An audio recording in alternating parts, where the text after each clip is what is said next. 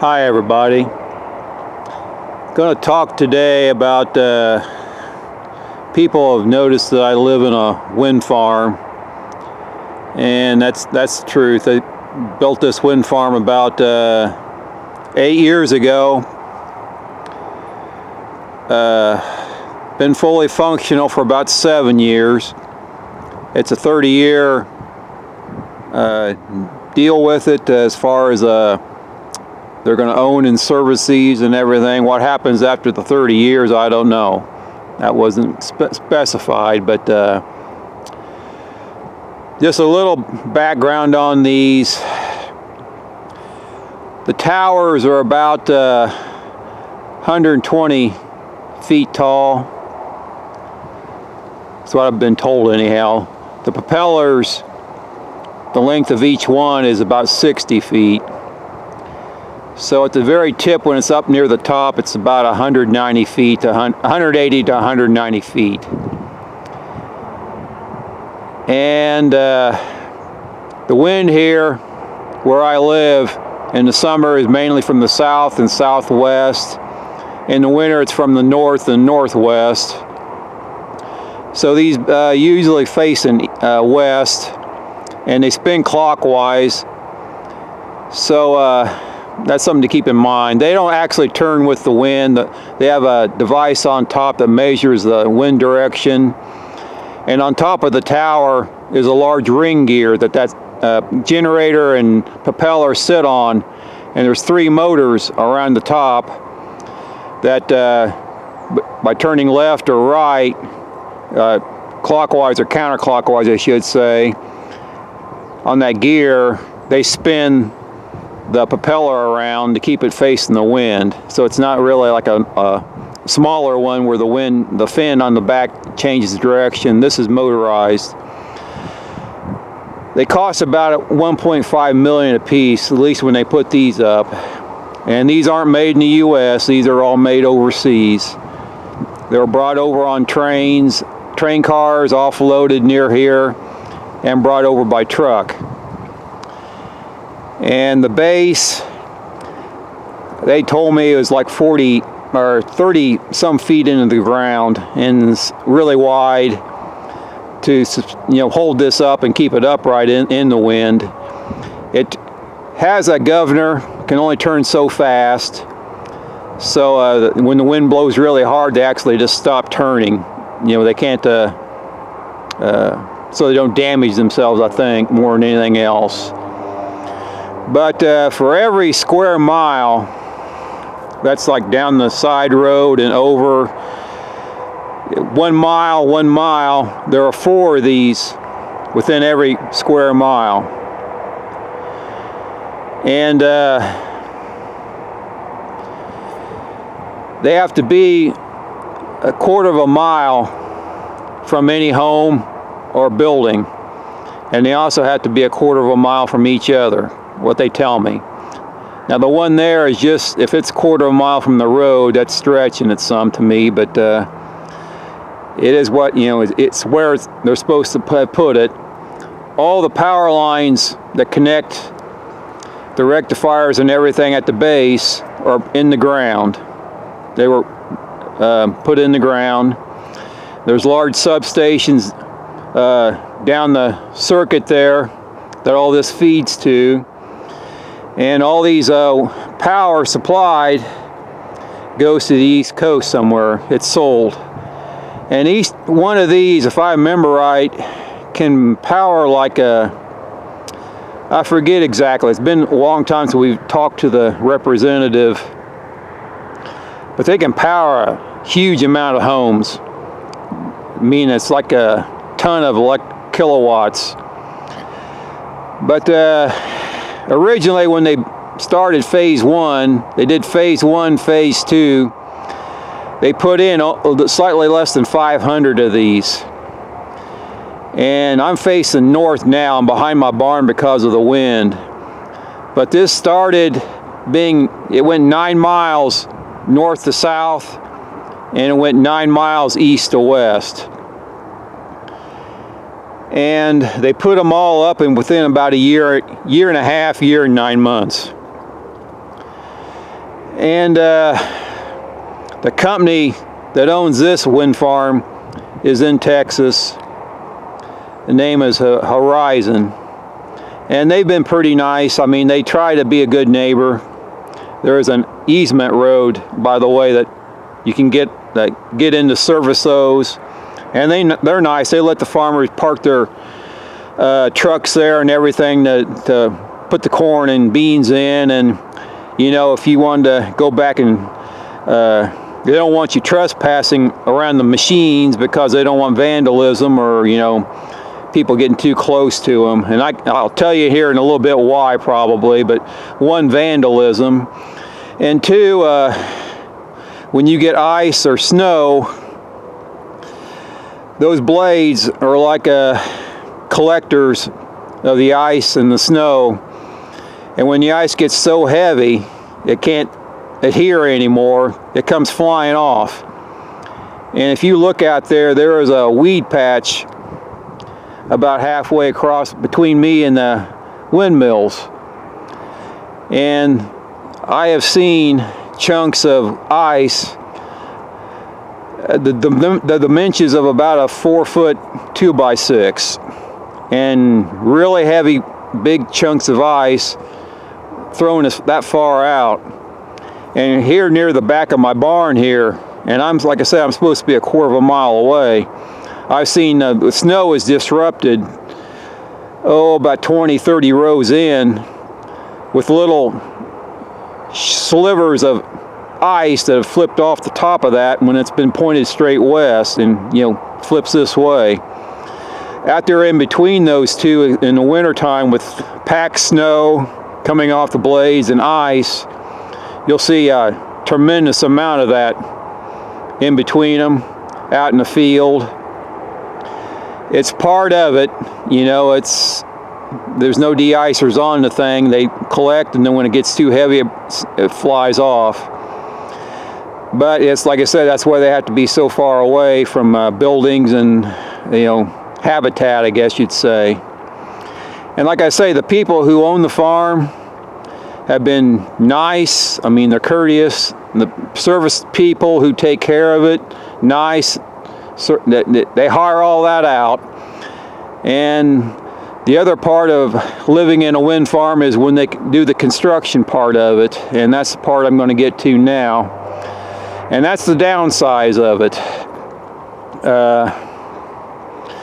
They hire construction companies to come in and erect all these. And once they've got the base poured, they can have it together, the pieces together in a day. In fact, they can probably easily have it all the parts on in one day. They set the hub and the blades together on the ground and then lift them up as one unit and slide it on. It's not done individually. But, you know, so like 4 days they could have these 4 up. They're not running, of course. They got a lot of wiring and things to do to them, but they're all up and set. But they dig holes. They pour a lot of concrete. A lot of men, a lot of trucks, a lot of equipment, cement trucks, dump trucks, excavators, payloaders, pickups by them. I mean, they had 1 million pickups. And they did this year-round, 7 days a week, 24 hours a day, day and night. And they had crews working through the night, and about 50% more men working during the day. But it was noisy, it was loud. The road in front of my house was a chip and seal road. And it wasn't in too bad a shape. You know, they'd come by and chip and fill in the cracks and add more stone to it, you know, periodically. But when they did started the wind farm, they came and dug all the pavement up, all the chip and seal up, about 6 inches down. They put down stone, and they put like a concrete mixture on top. And the idea was to make a very solid gravel roadbed for all these heavy equipment to travel on. And didn't work out exactly like they thought, I don't think, because it turned into a washboard, a bunch of ruts. I mean, I could safely drive a vehicle about 15 mile an hour on it, and that was just shaking. If you had something sitting on the dash, it would come shaking off. It was that bad. But I'm not too far from where I can get off my road. But the construction people seemed like we were more in the road. They were not as nice as the owners and people like that, put it that way. We were more of a nuisance to them than anything else. And as far as obeying the speed limit, these pickups, these trucks, semis, they got paid by the trip. And, they were going, hell-bent for election, if I can say that on YouTube. But my daughter sat out on our front porch once, and it was pouring down rain. And it was about 10 o'clock or so, pretty dark, pretty rainy.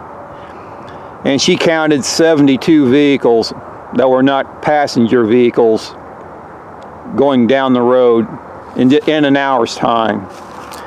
And you'd probably have twice that much during the daytime. Rain or shine, like I said, 24 hours a day, 7 days a week. And that really got old really fast when you had, a year and 9 months of that.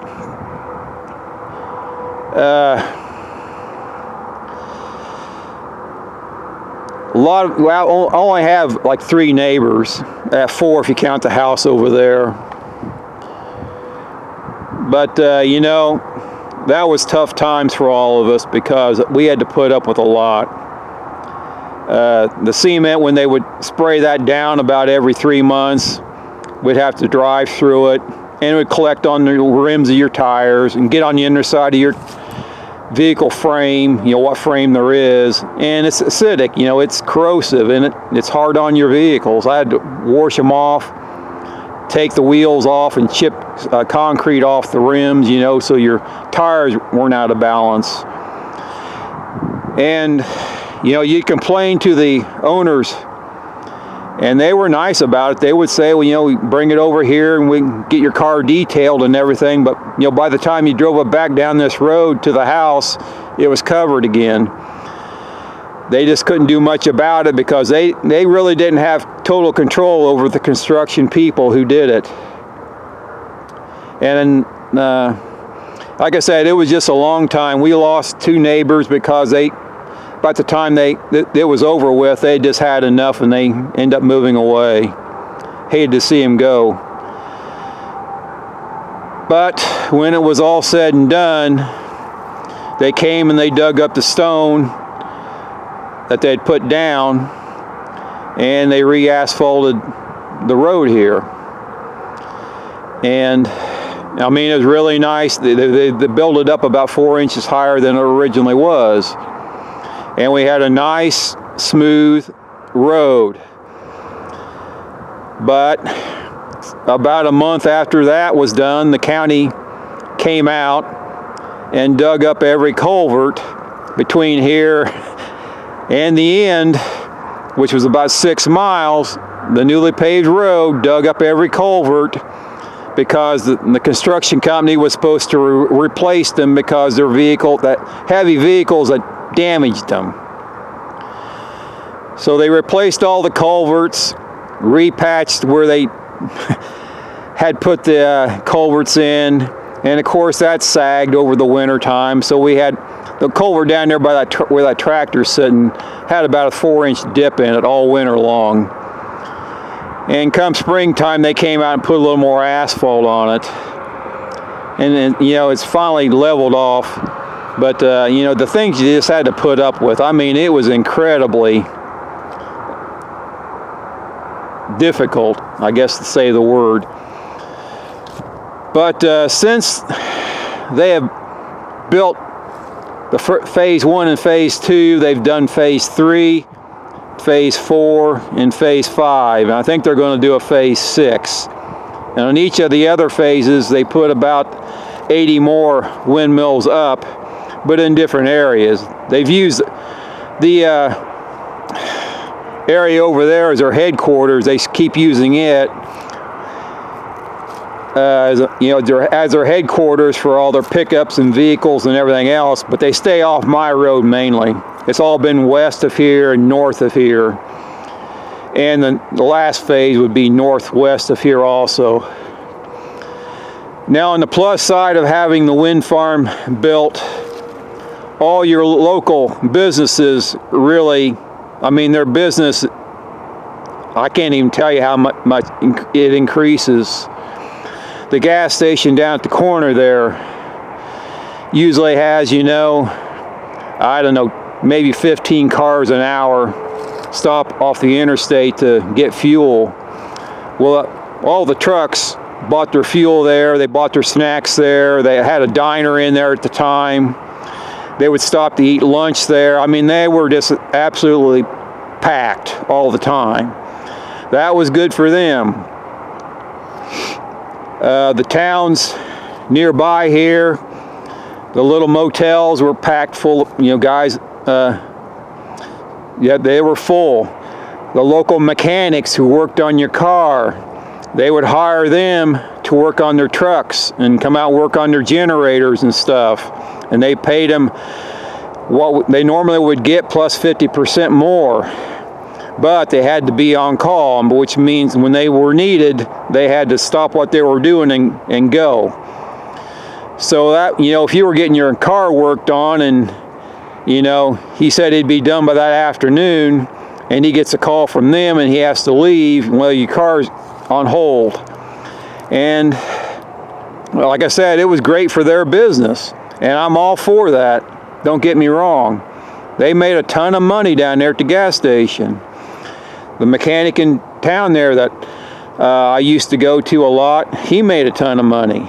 It was middle of the night and you're getting woke up and having to go out and fix things, but he was well paid for it. And all the little businesses around here just loved it. They thought it was just absolutely great. But they didn't live on this road and have to put up with what I did. But the thing is, once it's like the mechanic, once they were done and they didn't need these services anymore, he had lost so many customers who were tired of waiting. They went to somebody else or went to the big town and would get their car fixed. He lost 30-40% of his customers, and he had to win them back. The gas station down there, they went back to the way it used to be, and they were doing okay until they decided to fix the overpass on the interstate. So they closed off the road, the main road that went by the gas station, and they had no business. And after about 3 months of that, they had to close down, give up. And it's recently reopened within like the last year and a half with another person bought it, opened it back up, but it sat empty for about 2-3 years. It's just one of those things that there's a large wind farm west of me. It had been there about 5 years before ours. And then they did propose building this one. And once they're here, they are not that bad. And like I said, the wind company people try to be super nice about, being considerate. But when they're putting them up, it is no fun. And there's been proposed wind farms in a lot of counties around here, my county, and they've all been voted down. No one wants to deal with them. And I can understand why.